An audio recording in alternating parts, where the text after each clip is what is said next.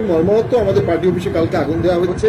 তবে আমরা পুলিশ বাহিনীর প্রতি কৃতজ্ঞ। তারা অতি দ্রুত সময়ের মধ্যে এসে পরিস্থিতি নিয়ন্ত্রণ করেছে এবং পানি দিয়ে আমাদের অফিসের আগুনটাকে নিভিয়েছে। আমরা নেতাকর্মীকে বলবো আপনারা শান্ত থাকেন, আইনের প্রতি শ্রদ্ধাশীল থাকেন এবং আমরা মনে করি যে অনেক মহল বলছে জাতীয় পার্টিকে ব্যান করার জন্য।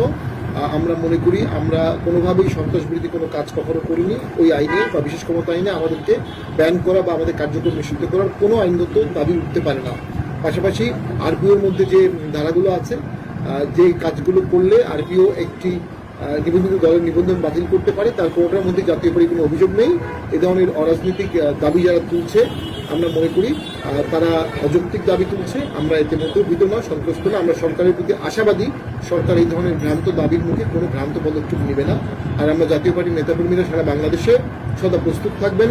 আমাদের উপর যদি কোনো আঘাত আসে আমরা সেটা জবাব দিতে হবে, নিয়মতান্ত্রিকভাবে শান্তিপূর্ণ আন্দোলন করতে হবে, প্রয়োজনে সবাইকে ঢাকায় আসতে হবে। আমরা মনে করি জাতীয় পার্টিকে ব্যানের একটি চক্রান্ত হচ্ছে, তবে সেই চক্রান্ত নস্যাৎ হয়ে যাবে বলে আমার মনে হয়। আমরা সকলে জিএম কাদেরের নেতৃত্বে একতাবদ্ধ আছি। দেশের স্বার্থে, গণতন্ত্রের স্বার্থে, জনগণের স্বার্থে আমরা কাজ করছি। এই দেশটা আমাদের সবার, সবাই মিলে দেশটা গড়তে হবে, সবাই মিলে দেশকে বাঁচাতে হবে।